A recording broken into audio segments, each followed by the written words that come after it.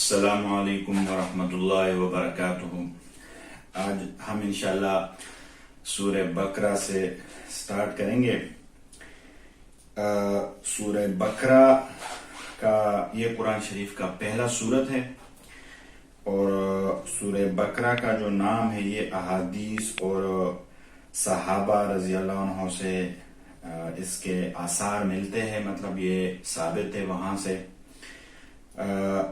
کئی روایت پہ یا شاید کوئی ایک روایت آدھ روایت میں ملتا ہے کہ اس کا نام سورہ بقرہ کہنے سے منع کیا ہے،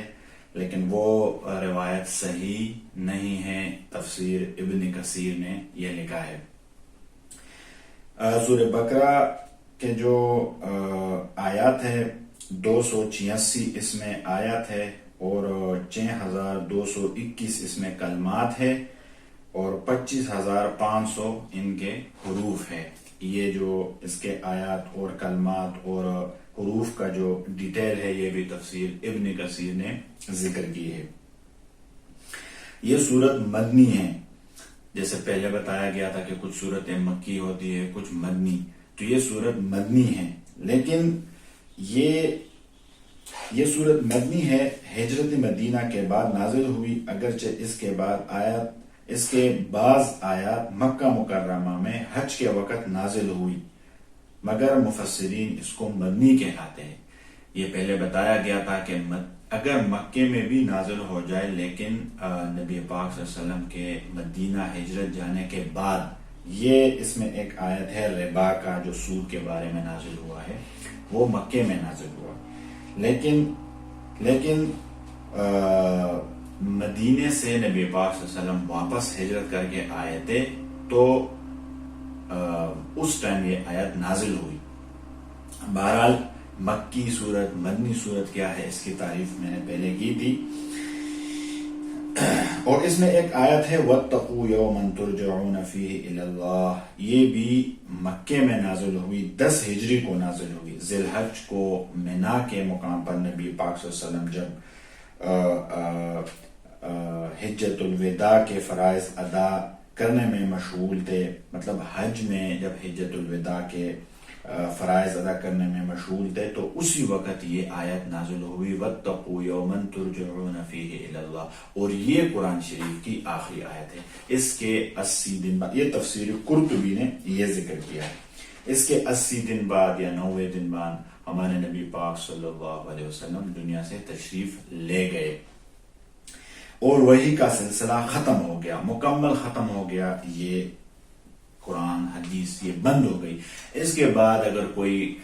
بولے کہ مجھے اللہ کی طرف سے کتاب ملا ہے، نعوذ باللہ، یا نبوت کا دعویٰ کرے، وہ کذاب ہے، دجال ہے، وہ جھوٹا ہے، کوئی اعتبار نہیں ہے اس کا۔ اچھا، سورہ بقرہ کے فضائل، اس سورت کے فضائل اللہ تعالیٰ نے اپنے فضل کرم سے ہمیں ایسی چیزیں دی ہے کہ اس سے ہم اپنی حفاظت کر سکتے ہیں۔ اب سورہ بقرہ ہمیں کیا دے سکتا ہے فضائل میں؟ اس پہ فضائل پر مشتمل رسول کریم صلی اللہ علیہ وسلم نے فرمایا سورہ بقرہ کو پڑھا کرو، یہ برکت ہے، اور اس کا چھوڑنا حسرت، بدنصیبی اور اہل باطل پر قابو نہیں پا سکیں گے۔ تفسیر قرطبی میں امام حضرت معاویہ رضی اللہ عنہ سے نقل کی گئی ہے کہ یہاں پہ جو باطل کا لفظ ہے اس سے مراد جادو ہے، مطلب آج کل ہم سارے لوگ تنگ ہوتے ہیں جادو سے، اور مراد اس صورت کے پڑھنے والے پر کسی قسم کا جادو اثر نہیں کرے گا، یہ بھی تفسیر قرطبی نے لکھا ہے۔ حضرت امام ابو امامہ الباہلی رضی اللہ عنہ صحابی سے روایت ہے۔ آج کل ہم تنگ ہوتے ہیں جادو سے، فتنے سے، کہ جی نظر ہے، بد ہے۔ جو بندہ سورہ بقرہ کی تلاوت کرے گا تھوڑا تھوڑا کر کے، چونکہ یہ تو بہت بڑی سورت ہے، 2-2.5 پارے ہیں، لیکن تھوڑا بھی پڑھے، کوئی آیت الکرسی پڑھے، وہ بھی سورہ بقرہ کی ایک جز ہے۔ الف لام میم ذالک الکتاب جو ابھی سٹارٹ ہوگا پہلا، یہ بھی سب یاد ہوتا ہے ہمیں ماشاءاللہ، اکثر لوگوں کو یہ پڑھے، کوئی نہ کوئی حصہ پڑھے۔ اگر پڑھ نہیں سکتا تو میں نے اپنے استادوں سے یہ سنا ہے کہ وہ ریکارڈنگ لگائے، آفس آ رہا ہے، گاڑی میں آ رہا ہے، گھر میں بیٹھا ہے، نہیں پڑھ سکا، گھر میں ٹیپ یا کوئی موبائل سے اس کو آن رکھے، تلاوت کسی قاری کا، کسی بندے کا جو تلاوت مطلب وہ کر سکتا ہے اس کا صحیح طریقے سے، وہ اس کا تلاوت لگائے گھر میں، تو انشاءاللہ پورے گھر میں جادو، اثر، جنات، ان چیزوں کا وہاں سے یہ مکمل خاتمہ کرے گا۔ آگے اور بھی اس کے آ رہا ہے، فضائل آ رہے ہیں۔ اس میں لکھا ہے کہ اس کے ہر آیت کے نزول کے وقت 80 فرشتے نازل ہوتے تھے۔ ابن کثیر نے از مسند احمد یہ روایت نقل کی ہے کہ اتنا برکت والا صورت ہے کہ اس کے ساتھ 80 فرشتے نازل ہوتے تھے۔ حضرت ابو ہریرہ رضی اللہ عنہ کی ایک اور حدیث میں ایک آیت ایسی ہے جو تمام آیت قرآن میں اشرف اور افضل ہے۔ ابو ہریرہ فرماتے ہیں کہ ایک آیت اس میں ایسا ہے جو تمام آیت قرآن میں اشرف اور افضل ہے، یہ ایک آیت ایسی ہے، اور وہ آیت آیت الکرسی کی ہے۔ ابن کثیر نے ترمذی سے نقل کیا کہ آیت الکرسی فضائل بڑے زیادہ ہیں، تو یہ بھی ہم اگر پڑھیں تو انشاءاللہ ہمارے لیے یہ بڑا مفید ہوگا۔ حضرت عبداللہ بن مسعود رضی اللہ عنہ نے فرمایا ہے سورہ بقرہ کی 10 آیتیں ایسی ہیں اگر کوئی شخص ان کو رات میں پڑھ لے تو اس رات کو جن شیطان گھر میں داخل نہ ہوگا، اور اس کو اور اس کے اہل عیال کو اس رات میں کوئی آفت، بیماری، رنج، غم وغیرہ ناگوار چیز پیش نہ آئے گی، اور اگر یہ آیتیں کسی مجنون پر پڑھی جائے تو افاقہ ہوگا۔ وہ 10 آیتیں یہ ہیں، آگے بتا رہے ہیں۔ اب ہم دیکھیں اکثر ہمارے بچے ہوتے ہیں رات کو روتے ہیں، ڈرتے ہیں، یا گھر میں ایسے بڑے بھی ہوتے ہیں کبھی جی رات کو ڈر لگ گئی، صبح رات کو سو گئے، واش روم کے لیے نکل گئے، پانی پینے کے لیے نکل گئے، اور اس کے بعد طبیعت خراب ہو گئی اور ابھی بس بے چینی ہے اور پتہ نہیں ڈراؤنی سے خواب آتے ہیں وغیرہ وغیرہ، تو رات کو سونے سے پہلے 10 آیتیں، اب 10 آیتیں آسان ہیں، اس میں جو پہلی 4 آیتیں ہیں وہ یہی پہلی والی ہے، الف لام میم ذالک الکتاب لا ریب فیہ ھدی للمتقین، یہ جو آخر تک ہے وبالآخرۃ ہم یوقنون، وبالآخرۃ ہم یوقنون تک 4 آیت یہ ہے، اور 3 آیتیں، ایک آیت الکرسی کی ہے، آیت الکرسی سب کو یاد ہے ماشاءاللہ، اور دوسری جو آیت الکرسی کے بعد ہے لا اکراہ فی الدین قد تبین الرشد من الغی، ایک وہ آیت ایسے آیت الکرسی کے بعد ہے، اور تیسری آیت الکرسی کے بعد کے جو لا اکراہ کے بعد والی آیت ہے وہ ہے اللہ ولی الذین آمنوا یخرجہم من الظلمات الی النور، جس کے ختم ہونے پہ یہ رکوع ہی ختم ہوتے ہیں، تیسرے پارے کا یہ رکوع ہے یہ ختم ہوتا ہے وہاں پہ آیت الکرسی کے بعد، تو 3 آیتیں وہ ہو گئی، اور 3 آیت یہ 7 ہو گئی، اور 3 آیتیں سورہ بقرہ کے آخر 3 آیتیں، للہ ما، بالکل آخری رکوع ہے بلکہ، للہ ما فی السماوات و ما فی الارض، وہاں سے سٹارٹ ہوتا ہے اور آخر تک جیسے سورہ بقرہ ختم ہوتا ہے۔ جو بندہ اس کی تلاوت کرے رات سونے سے پہلے، شوف کرے بچوں پہ، بیوی پہ، پورے گھر پہ، کئی مسافر ہے، باہر بیٹا ہے، وہاں سے پڑھے اور شوف کرے تو انشاءاللہ افاقہ ہوگا، ہمیں اس پہ ایمان رکھنا ہے۔ سورہ بقرہ کے کچھ احکام ہیں، ان کے کچھ مسائل ہیں جو بڑے بڑے، ابن عربی رحمۃ اللہ علیہ فرماتے ہیں کہ میں نے اپنے بزرگوں سے سنا ہے کہ سورہ بقرہ میں 1000 امر، 1000 نہیں، مطلب 1000 امر کا مطلب حکم آیا ہے کہ کام کرنے کا، یہ کام کرنا ہے، یہ کام کرنا ہے، نہیں نہ کرنے کا حکم آیا ہے، کرنے اور نہ کرنے کا حکم ایک ہزار یہ آئے، اور 1000 حکمت یہ ہے جیسے بھی سورہ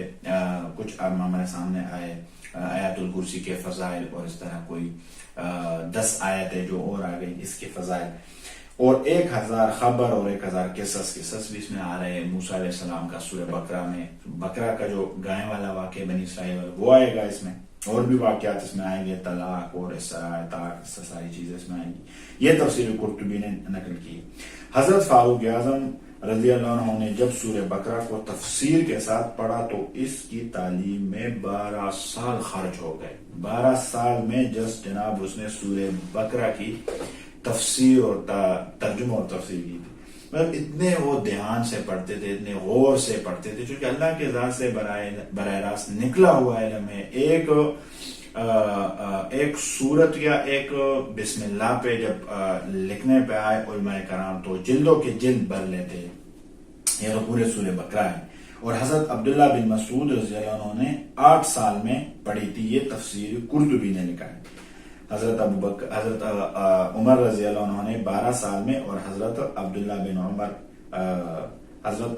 عمر رضی اللہ عنہ نے 8 سال میں ان کی تفسیر پڑھی تھی. اور اس کو سورہ بقرہ کو سورہ فاتحہ کے بعد اس لیے رکھا تھا کہ اس میں پہلے جو آیت ہے الف لام میم ذالک الکتاب، یہ وہ کتاب ہے جو لا ریب فیہ، جس میں کوئی شک نہیں ہے. اب ذالک الکتاب میں جو اشارہ ہے یہ قرآن شریف کی طرف اشارہ ہے، اسی لیے انہوں نے یہ سورہ بقرہ کو قرآن شریف میں سورہ فاتحہ کے بعد رکھا ہے. ہمارے نبی پاک سیرت میں ہم پڑھ رہے تھے، ہمارے نبی پاک صلی اللہ علیہ وسلم کے والدہ کا انتقال جب ہوا، ہمارے نبی پاک صلی اللہ علیہ وسلم کا جو ہمارے نبی پاک صلی اللہ علیہ وسلم کی عمر مبارک اس وقت 6 سال تھی، اور والدہ ماجدہ کا انتقال آبوا کے مقام پر، یہ مکہ مدینہ کے درمیان آتا ہے، مر زہران اس کے پاس آتا ہے، اس کا آبوا مقام پہ نبی پاک صلی اللہ علیہ وسلم کی والدہ فوت ہوئی تھی. اور نبی پاک صلی اللہ علیہ وسلم ہمارے نبی کو احمد نام سے پکارتے تھے، احمد بولتے تھے. اور ہمارے نبی پاک صلی اللہ علیہ وسلم کے والد کا نام عبداللہ تھا. ہمارے نبی پاک صلی اللہ علیہ وسلم کے پیدا ہونے سے پہلے ہمارے نبی پاک صلی اللہ علیہ وسلم کے والد محترم فوت ہوئے تھے. اور ہمارے نبی پاک صلی اللہ علیہ وسلم کے جو والد صاحب تھے ان کا انتقال مدینہ منورہ میں ہوا تھا، اور بنو نجار کے قبرستان میں دفن ہوئے. وہاں پہ قبرستان ہے بنو نجار کے نام سے، وہاں پہ وہ دفن ہوئے. ہمارے نبی پاک صلی اللہ علیہ وسلم کے دادا کا نام عبد المطلب تھے. عبد المطلب ہمارے نبی پاک صلی اللہ علیہ وسلم کے دادا کا نام تھے. ہمارے نبی پاک صلی اللہ علیہ وسلم کو دیکھو اللہ تعالیٰ نے ہر چیز ان کی رکھی، محفوظ رکھی ہے. جب ہمارے نبی پاک صلی اللہ علیہ وسلم کی والدہ فوت ہو رہی تھی، 6 سال کے تھے، تو ہمارے نبی صاحب تھے اس ٹائم، اور ایک ان کی تھی